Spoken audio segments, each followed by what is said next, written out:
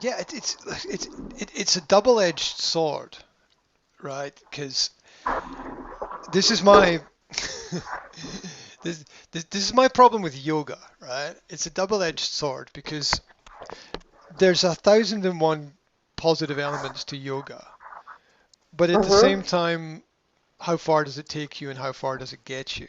And so um, we've got to balance things out. If you only do yoga and you don't do anything else, Mm-hmm.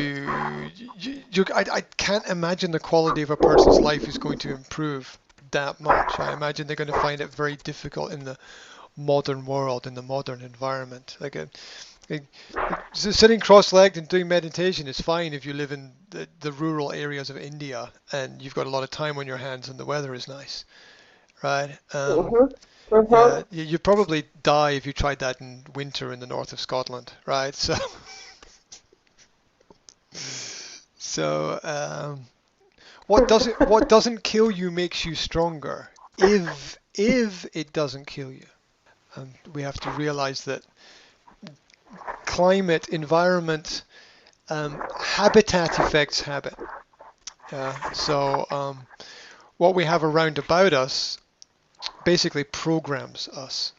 Um, so that's why in my last flat I had motivational quotes in all the walls in all the rooms, so that wherever you go there was something motivational to see. Habit habitat affects habit. The things you have around about you are extremely important. And working in schools with kids in a classroom, it's like organizing the chairs and the tables and the walls, and things have to be colorful and neat and tidy. And Mm-hmm. the thing is that life is not one chair in a room, though. So No. um, whether or not that can be applied practically in the real world is another question. Because walking through life, there's variety and distraction at in all places. There's not there's not one place there's not one place that is not constantly affected by a lot of things going on around about it in the modern world. So it's like bringing a group of people into a room to do yoga or meditation, and then Mm-hmm. it works for 30 minutes, but then they have to go back outside the room and return to the real world. And in general, I think yoga and meditation are good activities, but at the same time, I fear that people just use it to escape from a reality that they're not very comfortable with. So my point of view is uh, they're they're living a sort of 90-10 lifestyle where 90% is stress and 10% is like trying to relax from the 90%. And I think that life would be better served having it the other way around, where like 90% of the time they were relaxed and 10% of the time they went through those stressful activities. I think it would be better the other way. Of course, it's much easier to say than it is to do, but it's it's interesting to realize. I was talking last week with a client about how a lot of things are backwards. Like people use holidays to escape from reality rather Yeah. than rather Mm-hmm. than living within the principle of feeling like you're on a holiday, because you work really hard in something for a lot of people they work really hard in something they don't like to make enough money to escape from what they don't like for a short period of time to come back to what they don't like to work really hard at. Mm-hmm. Why don't you just work less hard, and then you'll have to Enjoy. spend and enjoy what you're doing and not worry about making enough money to go on that holiday to escape from where you are. Nothing wrong with holidays. To see the world, travel, do things, absolutely.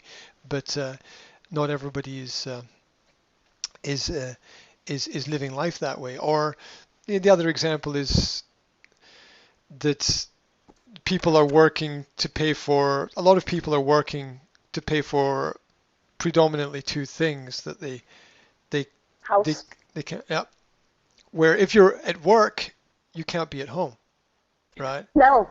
So you're going away from what you have to work at something to have something that you can't use. But you need it, Mhm. but we need it, but we have to think about it carefully. We have to think about it Mhm. carefully. Mhm. Yeah. And it's the same, like how many people are working to pay off the car that they need to get to their work, right? Um, and that's another interest because it's like, yeah, I need the car for my freedom and I need to travel and I need it for everything that I do in the modern world. And it's like, yeah, but look at your percentages. Look at how it's organized. Yeah. Mhm. See see what and where and how much and it, a lot of things are people invest in what they want, invest in what makes you happy, whatever. But a car is a losing investment. Keeping money in a bank is Mhm. a losing investment. Um, so, like the moment you buy a car, if you buy a new car, it drops its price by 15 to 25% instantly.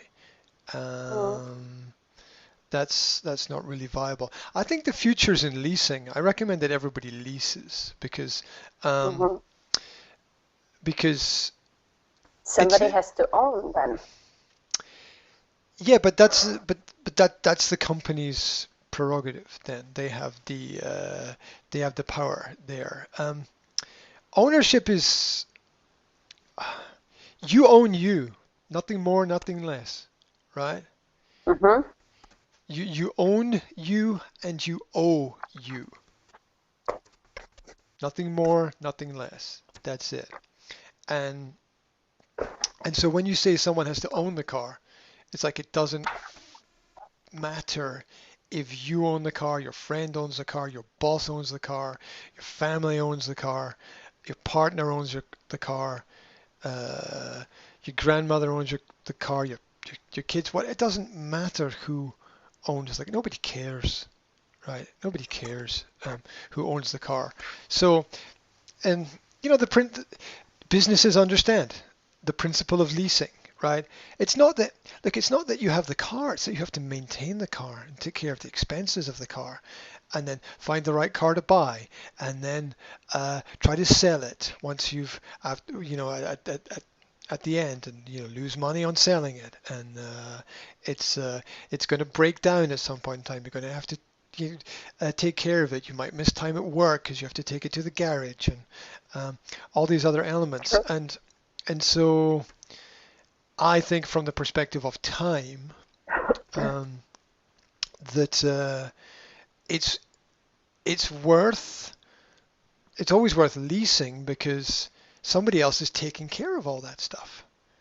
That's what we Mhm. want. We want in general the average person. Now, if you're a car fanatic and you like cars and you want to play with them and rebuild them and it's your hobby and things, that's different. But that's not the average person. And so, um, and I think everybody's going to do everything like that in the future. I think it's all going to be leasing because look what happens with objects. We just collect and collect and collect until we have so much stuff in life that we don't know what to do with it all. And it happens to every single person in the world. Um, we still live in a mindset of scarcity where, we have like the mindset of our grandparents who had to fight wars and, they didn't have fruit and Much. yeah. Well, the truth is that if you want to pick up something, you have to put something down first. So we can't carry everything with us all of the time. So in order to pick up new things, we have to put down old things in general. There's not enough energy that we have to carry everything with us all of the time. And so that's true with objects and the I think people will lease their homes. I think people will lease furniture. It's like every 10 years people have to change what's in their home because it's old and outdated and used and worn and torn. Imagine there's a company that says, okay, we're going to give you, you can choose whatever furniture you want from this catalog for your home, and we'll deliver it to you, and we'll put it in the rooms, and and you pay us every month. But after 3 years, what we do is we come and we take all the furniture away, and we give you a new catalog, and you can choose all new furniture, right? Who's not going to say no to that? Most people are going to say, "Wow, thank you for taking care of this problem for me," because we all that's one less thing to worry about in life, because somebody else is going to come and take care of it, and that's the reason why businesses essentially function or exist. It is to smooth the process of the so-called development of society. So I think businesses understand that's what happens with cars, and I think it's going to happen with almost everything in the future. Because it removes a whole series of time-consuming problems, allowing human beings to be more creative and more thoughtful about what it is that they do, and almost everything will become like that. What do you do with the house when the old people die or whatever?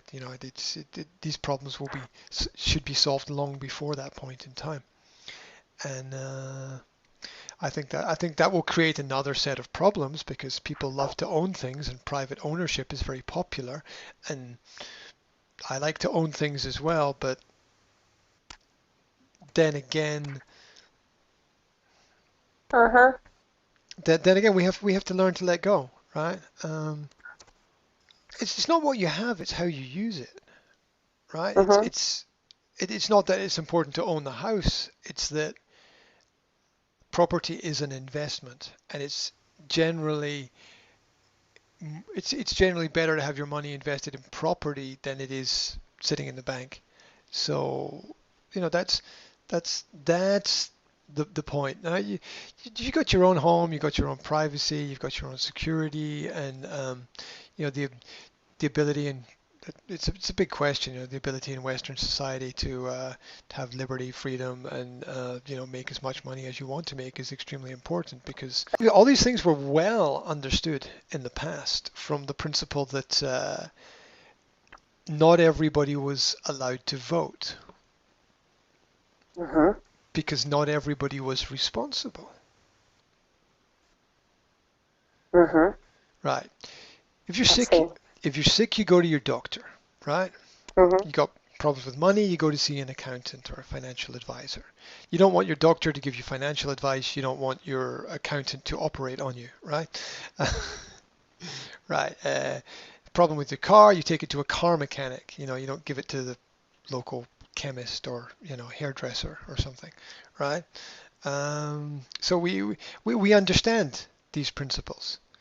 We understand these principles. We understand that some people have more experience and know better about certain things. Now, sometimes we make mistakes, but that's how we learn. So let's not worry about that too much, because that's all the process of progress.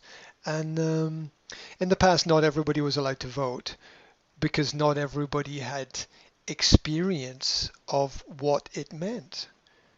People don't understand the difference between macro and microeconomics. People don't understand the allocation of resources. What is the best way to allocate or reallocate resources? Most people have experience of one or two occupations that they have a good understanding of. There are very few what are called Renaissance men or Renaissance women, the Leonardo da Vinci's, who seem to be good at everything. This is very rare to be like that. So we understand that people have knowledge and expertise, and in the past, basically, if you owned property and were able to manage that property, then the experience of that gave you the right to make decisions about society. Mm-hmm. Now we live in a world where the homeless man's vote is equal to the university professor's. Um, and that is a very questionable way to run society, because how can you equate those two things? They're in no way the same. You don't want Mm-hmm. the homeless man to decide how the university should be run, and you don't want the university professor to choose which tree to sleep under, right? I mean, I'm not saying either situation is good or bad. I'm just saying that there's a practicality to it. And so, personal perspective, I think that until we return to that, we're not going to get much progress, because everybody's going to be voting about things that they know nothing about, and that's just stupid, right? Because you're going to have you're going to have your hairdresser fixing your car, you're going to have your car mechanic cutting your hair, and these people don't I know. understand society. They don't. And this idea, one person, one vote. I'm 44, and I've never really met anyone who understands how things work. The responsibility of ownership is key for the success of society. And what this means Mm-hmm.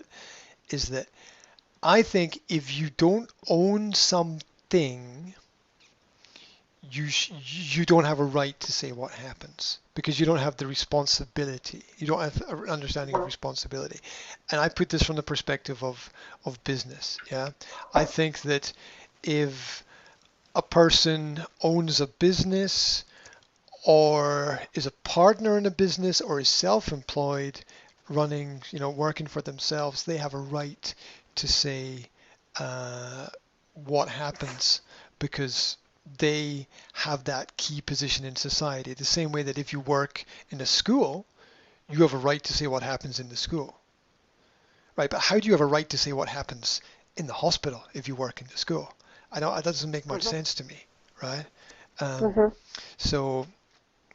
so so I think that, and pre 1900, that was how society was organized. Um, and I think that there's an average that 8 out of 10 people don't understand how most things work.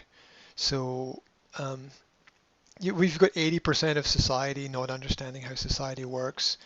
The large majority of people get get to vote on something they know nothing about and influence the outcome. That's suicide, right? You wouldn't let people who know nothing about you make decisions for your life. So how can you let No, people who yeah, know nothing? I mean, people nothing. people will have an opinion about what's right for you, because everyone's got an opinion, Mm-hmm. but not everybody knows you. So it's not going to work until we until we take a step back, because how is it even possible that a person who's 18, their vote is equal to a person who's 60? I mean, how is that even practical in the world? Because in history we understood that the elders of society had knowledge and wisdom. Mm-hmm. Now we're rejecting the knowledge and wisdom. Like most recently, everyone is prepared to reject 20, 30, 40 years of a scientist's work and replace it with a pencil written text of a 16-year-old girl, right? Right? We're rejecting lifetimes of work by professionals who have dedicated 12 hours a day, almost every day, to studying every detail and nuance of a subject, and we're replacing that with the ideas of someone who knows basically nothing about how the world works. That's Mm-hmm. frightening. That's absolutely frightening. Um, Now, it's not. I'm not saying that one is right and one is wrong, but I'm saying One there's is wrong. there's there's practicality to it, right? I mean, do you want to do you want to take nutritional advice from someone who spent their life, studying the fruit and the vegetables and the effects and everything of it, or do you just want to, get it from your neighbor? Right? Right? Yeah. Facts. The world is run by either facts or feelings. Mhm. You either choose to follow Mhm. the facts or you choose to follow the feelings.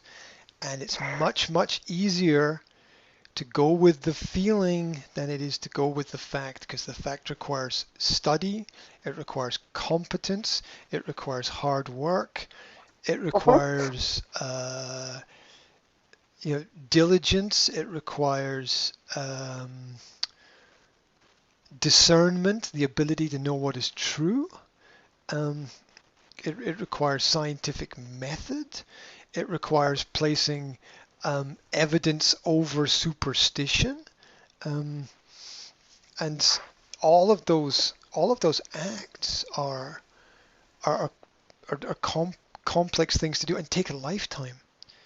And you, anybody can be right at any point in time like that, but it takes a lifetime to understand that. Mhm. Yeah, it takes a life. Like I can learn stuff from my kids, right? But I'm still the one that tells my kids to brush their teeth, right? Yeah. So so I'm not Mhm. I'm not I'd probably learn more about myself from my children than I do from anyone else, and for that reason I'm very grateful and I listen very carefully. Yet at the same time, I'm not going to take certain kinds of advice from them, right? Because they absolutely don't know something. Mhm. The bigger picture. Mhm. Uh, yeah, definitely. Uh, well, once we understand that we know nothing, life becomes so much more practical. And I'm not saying that because I'm saying we're all stupid. What I'm saying is that we all start to pay attention. Mhm. Yeah. When you understand that you know 1% and there's 99% you don't know, and you're an intelligent person, you begin to pay more attention to things.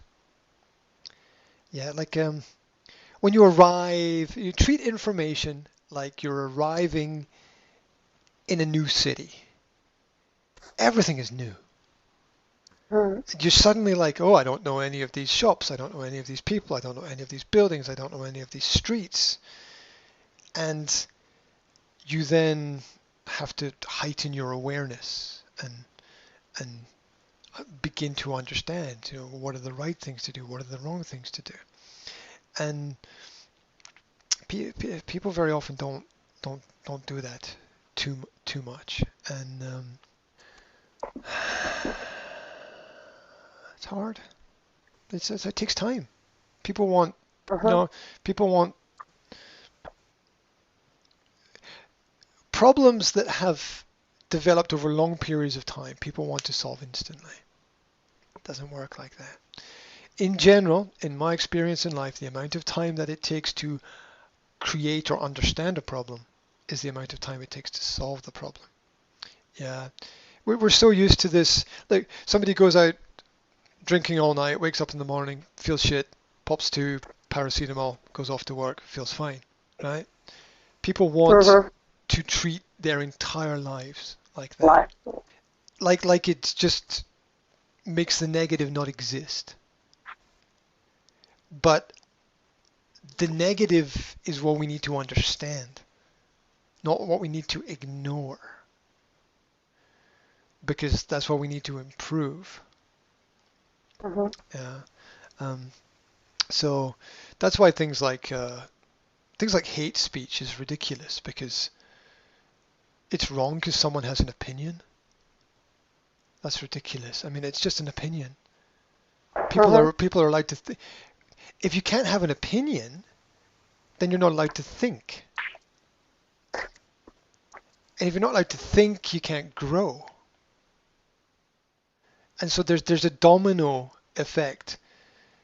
There's no such thing as sort of love speech and hate speech, or even sort of good speech and bad speech. There's just speech. You know, what is it Shakespeare said? There is no good at bad. There is no good or bad except that which we are told is so. Oh, it's some kind of paraphrase of Hamlet or something. Yeah.